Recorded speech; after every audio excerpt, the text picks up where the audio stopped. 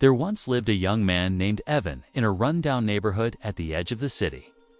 He grew up with nothing. Some nights, he survived on a dry piece of bread and a cup of water. His roof leaked when it rained, his shoes had holes, and people looked down on him simply because he was poor. But in those difficult years, Evan was humble and grateful. He remembered every act of kindness shown to him. Anyone who gave him a meal, he held in his heart.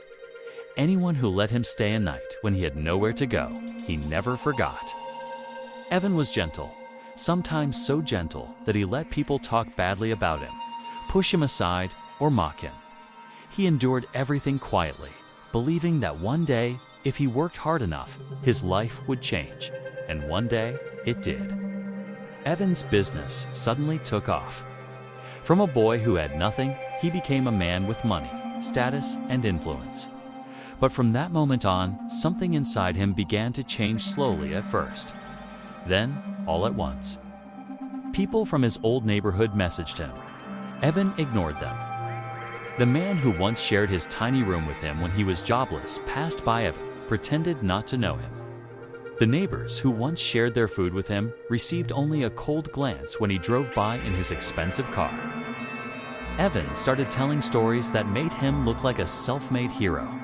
He said no one had ever helped him. He said he succeeded because he cut off useless people. He exaggerated his struggles, erased the people who stood by him, and even spread lies about them, claiming they had used him, dragged him down, or taken advantage of him.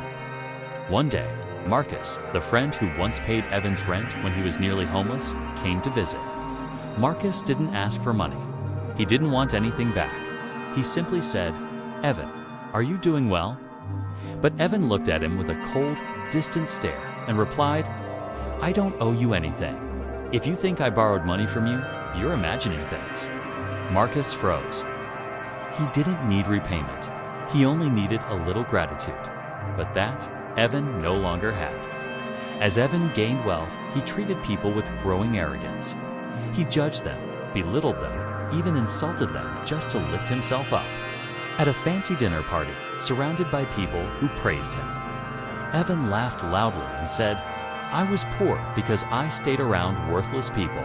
I became rich because I was smart enough to leave them." That sentence spread through the old neighborhood like a blade cutting through memories. People who had once shared their last bit of food with him could only sit in silence. But life always finds a way to teach a man.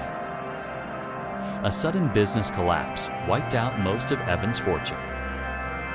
And just as quickly as they came, the people who surrounded him for his money disappeared. He tried to reach out. No one replied.